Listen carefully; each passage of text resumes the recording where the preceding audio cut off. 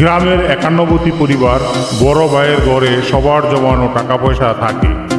একদিন সকালবেলা বড় ভাই কান্না কণ্ঠে বলে যে, তোরা কে কোথায় আসিস দেখ, রাতে আমার ঘরের ভিটির মাটি কেটে সব নিয়ে গেছে।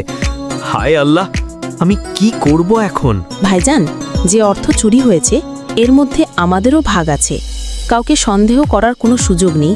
আপনি থানায় যান, জিডি করেন, যা করার পুলিশ করবে। স্যার, আমার ঘরে শীত কেটে অর্থ চুরি হয়েছে, আমি জিডি করতে এসেছি।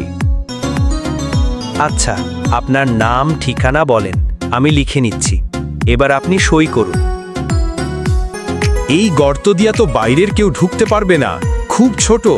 এটা তো মনে হয় ঘরের ভিতর থেকে খোঁড়া হয়েছে। না না স্যার, মানুষ ঢুকতে পারে, আমি ঢুকে দেখাই। আপনি তো অনায়াসে গর্ত দিয়ে ঢুকলেন। কলসি চুরি করার জন্য গর্ত কাইটা নিজেরে ঢোকানোর প্র্যাকটিস করছেন না তো? না না স্যার, আমি তো নিজেই ক্ষতিগ্রস্ত। আপনি সন্দেহভাজন, আপনাকেই থানায় নিয়ে যাচ্ছি তদন্তের স্বার্থে। বুঝতেই পারলেন, চালাকি করতে গিয়া উল্টা গর্তে পড়লেন হাশেম চাচা। একেই বলে অতি চালাকের গলায় দড়ি।